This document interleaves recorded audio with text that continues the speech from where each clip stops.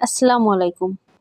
আচ্ছা, কার না পছন্দ যদি হয় মচমচা জিলাপি? কি বিশ্বাস হচ্ছে না? তাহলে ভিডিওটি আপনার জন্য। এই শীতে সবার কিন্তু গরম গরম জিলাপি একটা অন্যরকম স্বাদ এনে দেয়। তো বাজারে যে পরিমাণ জিলাপির দাম, চিনির দাম, আপনারা হয় কি দেখা যায় যে একটা জিলাপি 20 টাকা পড়ে, আবার আধা কেজি 100 টাকা পড়ে।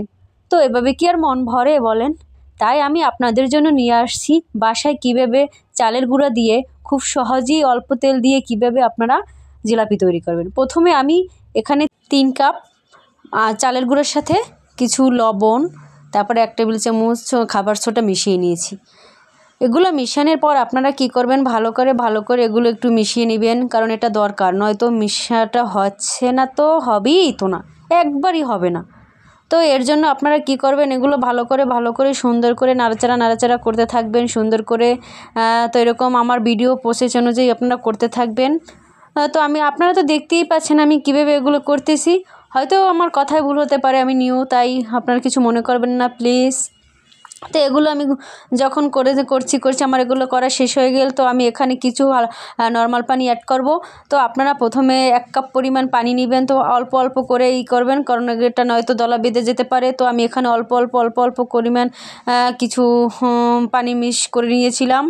তো এগুলো মিক্স করার পর এরকম একটা ডো হবে। তো ডোটা এমন হবে যেন আপনি দিলে বেশি মানে শক্তও না, বেশি নরমও না। তো এরপর আমি একটা কী করলাম, বোতল নিয়ে নিলাম, বোতলটা একটু ফুটো করে নিলাম। দেখতেই পাচ্ছেন এরকম একটা ফুটো করে নেবেন।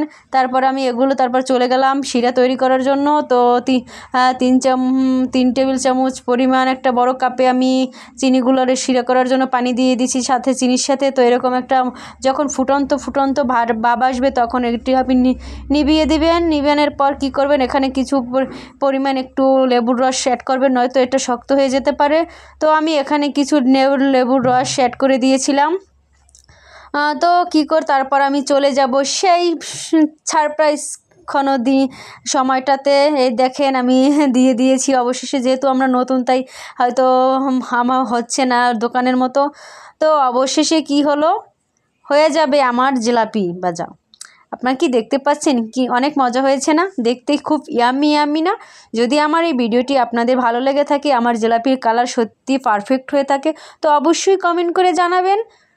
ধন্যবাদ। সবাই ভালো থাকবেন, সুস্থ থাকবেন, এবং আপনাদের এই শীতে গরম জিলাপির নিমন্ত্রণ রইল। চলে আসবেন কিন্তু আমার বাসায়।